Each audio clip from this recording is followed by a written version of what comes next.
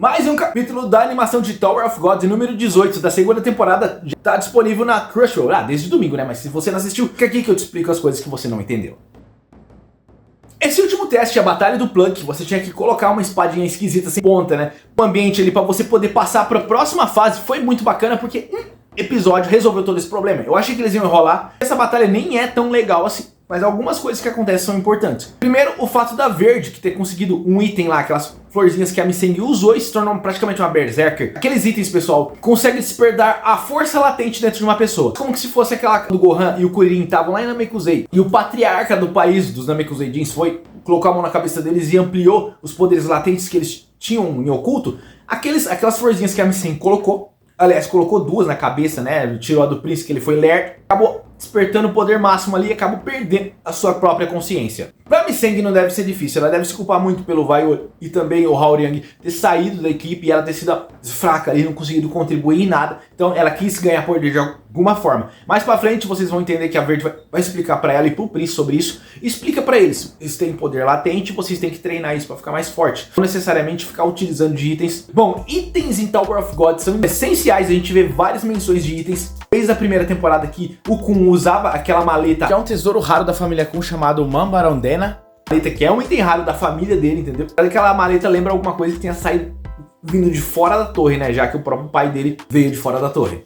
A personagem Verde é bem enigmática, a gente não tem muita coisa, até mesmo na obra do Mahua do Siu, sobre ela. Nós sabemos sobre Biane, mas é que simplesmente não é uma habilidade que você possa aprender, você nasce com esse dom, entendeu? Existem desde muitos antes das 10 grandes famílias terem subido a torre, e até mesmo entre rankers são raros esse tipo de pessoas. Atualmente no mangá, a família Lopobia dos Traumerich são aqueles que se dizem os maiores controladores disso. Até tem um termo dentro ali que eles falam de armazenar criaturas, ânimas, né, em aquários, né, que você vê que o Traumerich tinha um aquário gigantesco com várias criaturas lá dentro, que é quando você subjuga, comanda elas, você toma controle dela, consegue usar as habilidades daquela criatura, mas você tem que armazenar ela em uma certa jarra, ou então um aquário. Bom, vocês veem o Enkidu, né? Ele ficava armazenado numa jarrinha, assim, é quase como se fosse um item. Quem joga RPG já deve manjar disso, é mais ou menos parecido com isso daí, aquele mundo de Tower of God.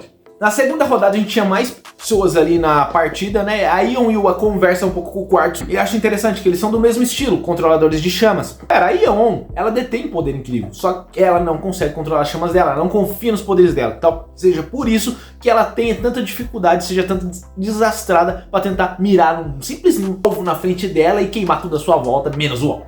Coisa que o Quartz faz de boa, dando risada e mandando para todo lado nas pessoas. Ele aproveita o poder dele. Talvez falta um pouco disso nela, que nós vamos ver futuramente na obra, né? E assim como nos últimos capítulos, mais uma vez é mencionado os cães de gay briga do Yama, que é um personagem que é assassino da Fang, que não vai demorar a aparecer, tá, galera? Vai demorar muito. Já falei pra vocês que é um personagem que eu gosto. É uma saga que me lembra muito os Arrancars de Bleach, porque eles têm uma forma de lutar.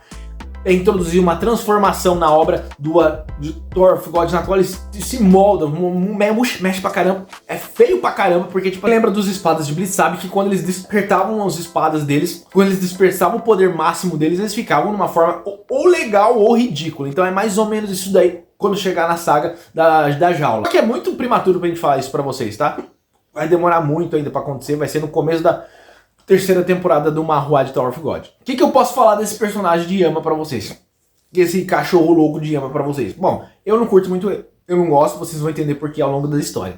Agora, uma parte interessante é quando o próprio Violet vai participar da partida ali, que no Mahua, aqueles caras que ficam fingindo ser aliados dele, né, pra ser oportunistas, eles fazem até pior, tá? Além da camiseta vermelha, eles picham Fang nas costas ali, tipo, bela hipocrisia, né? E eles apanharam. Foi muito legal que até o Agnan imaginava que o Violet ia fazer isso. Pouco tempo que eles tiveram de amizade, conversa, ele entende um pouco a motivação, entende até assim como o Novik que o Violet é diferente de todos ali, entendeu? Trazendo até um certo dilema pro personagem, que esse momento o Ban tá se perguntando, todos têm um motivo pra estar aqui, ou é ele diretamente o alvo, o Fang tem um motivo, o próprio cara de Yama tá ali pra tentar, o alvo é o Violet. Mas ele em si ainda não tem isso. E ao longo da história do crescimento do personagem no anime, vocês vão ver, no mangá também, é claro, vocês vão ver que o Ban sempre tem esse dilema. Sempre tendo que se expor ao limite pra crescer como pessoa. E ele ainda não, de certa forma, segue o norte numa batalha, ele fala assim, o que eu tenho que fazer? Beleza, vou focar nisso. Mas ele ainda não atingiu o alvo dele. Foi um episódio bom, cara, foi um episódio nota assim, mediana pra mim.